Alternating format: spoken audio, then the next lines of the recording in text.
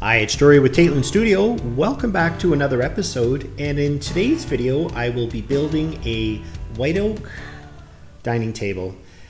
Now I am starting off just working on the leg pieces first.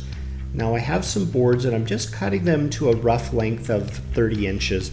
Now I like to make my overall table height at 30 inches, but I do cut the legs to a rough length, and then usually the overall height of the legs will be about 28.5, and then the thickness of the tabletop is anywhere from 1.5 to 1 3/4.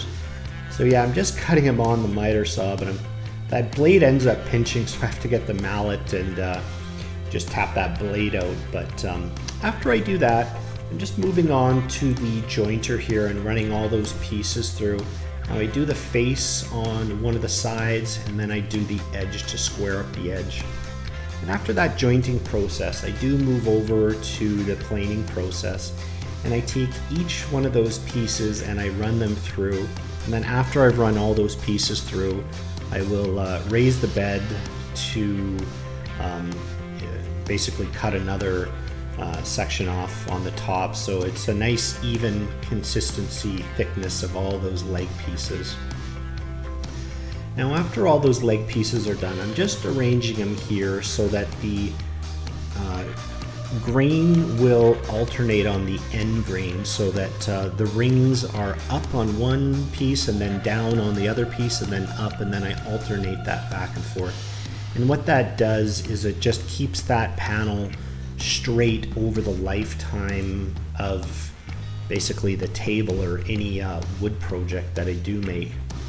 So yeah, I just arrange them all, and then I'm using my domino here just to cut some slots in, just so that when I attach those leg pieces together, they're going to remain flat and straight.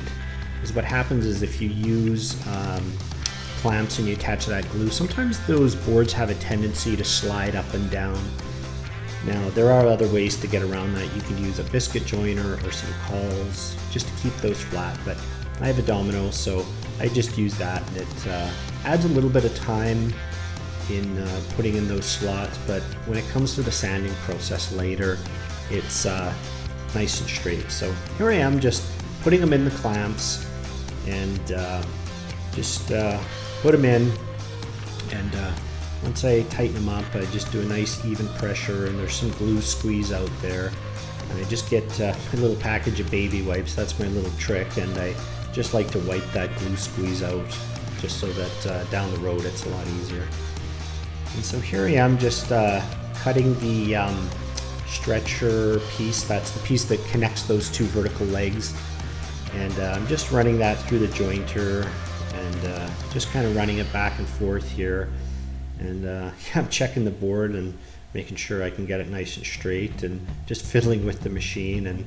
But I end up there was quite a bow in it, so I had to run it through a few times on each edge and just kind of going back and forth. You can see I'm kind of working with this piece quite a bit, but once I finally do that, it looks pretty good, and I can eventually move on to the planer. Now I just run that edge on the planer through first just to get a nice, the same height of that piece, and I'm just kind of running it back and forth. Now there was quite a bow, so I had to raise that back and forth, up and down. Now I could have used the table saw. It probably actually would have been a little bit quicker just to cut that one side, one pass, rather than having to go back and forth multiple passes, as you can see. So that's a bit of a time saver. But finally I do the face here, and I run that through, and yeah, that stretcher I do end up just connecting it later on. But here I'm taking those leg pieces out of the clamps, and just cutting them to the edges there. And again, I like to cut my legs to about a 28.5 inch height on the track saw there, and then I go over to the table saw and just do that other side. Now I am just kind of sanding it here, so you can see me just how that's sanding. You can really see how it takes it down, and then having those using that biscuit, or sorry, not biscuit joiner, the domino, it ends up keeping that leg piece nice and flat so I can save time sanding it after the fact. Now I am going to be connecting that stretcher with dominoes to those leg pieces, but I'd like to do the 1/8 round over on it before I connect everything. I find it's just easier to do the round over ahead of time.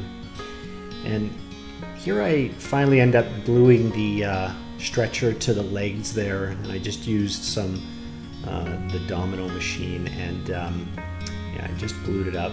So now I'm finally moving on to the tabletop here, and the table is going to be the tabletop is overall the customer requested a 95 inches by 50 inches, but I always oversize my piece because I find sometimes there's snipe at the end of them, so I always oversize it. And I think the overall length of the table was 98 inches and the width was about 50 1/4. And I always check with my customers to see if they want it a little oversized or the exact height. So yeah, I just ran it all through the jointer there and the planer and flattened all those boards out, and I'm taking off that edge just on the table saw. It's a lot more time consuming. And here I'm just lining out all the boards here, and I'm just trying to find the best grain pattern, and then also alternating those rings, whether it's up and down rather than having them all the same. And that just prevents that table from cupping and bowing over the course of its life, just because, again, with that change in humidity and heat, that wood will move. I mean, that's just, wood is a natural product, so it will move up and down. So that's one of the ways to compensate it for it. So yeah, I just put all those dominoes in and just spreading out all the glue there, and just taking my time there, and finally just kind of banging those pieces together. And this table being 50 inches definitely did extend, was the limit of those clamps that I had. Actually, I think I had some 60-inch clamps just to give myself some wiggle room. But yeah, just clamping it up, doing a nice and even pressure, and just kind of work in the middle there. But there was a few defects on the underside. I did put all of those boards with defects on the underside, and I just tape it off, and I'm just adding some epoxy. It's a 2-part epoxy, and I add some brown dye to it, and I just filled that on the edge, and then here I'm just sort of spreading it in on the underside. Now it's not visible, I probably didn't need to, but I like to completely, fill in those gaps on the underside. I think it's just a little bit nicer end product. But I tried to first, after it's dried, I tried to first sand it off, but I ended up just using a router to take off that overflow. And once I do that, I can just go back and I can sand that and just do the underside of the table. I start off with 80 grit, and then I sand the underside of the table to 120 grit. So because it's not a smooth surface that you're constantly in contact with, 120 grit is just fine. But I do take off the one edge there on the track saw, and then the same on the underside. And then finally I go to the long sanding process here, which does take quite a bit of time here. You can see that time lapse up in the upper left corner, and it just kind of going over it and taking my time at 80 grit, and then eventually I go over to the 120 grit like I was saying.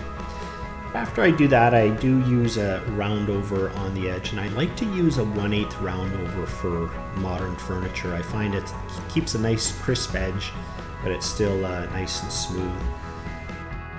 Now here I'm finally moving on to the finishing process. Now I'm applying a Osmo hard wax oil in its matte finish as the customer requested, and I'm just applying the coat here, and I usually do 2 to 3 coats on the legs, and then the tabletop I usually do at least 3 coats, sometimes 4 or 5, just on how it all works out and it looks at the end.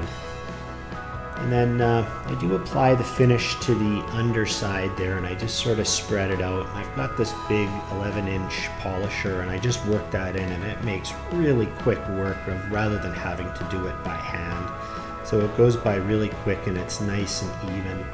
And you can see those boards on the underside. I've taken all the boards with a lot of sapwood, that's the lighter color, and I put them on the underside. I always try to make the top of the tabletop the most visually appealing. But yeah, that's the table, and it's all said and done, and the customer was super happy, and delivered it right before Thanksgiving. And yeah, that's pretty much the video. But thanks for watching, and have a great day, and we'll see you on the next video. Bye.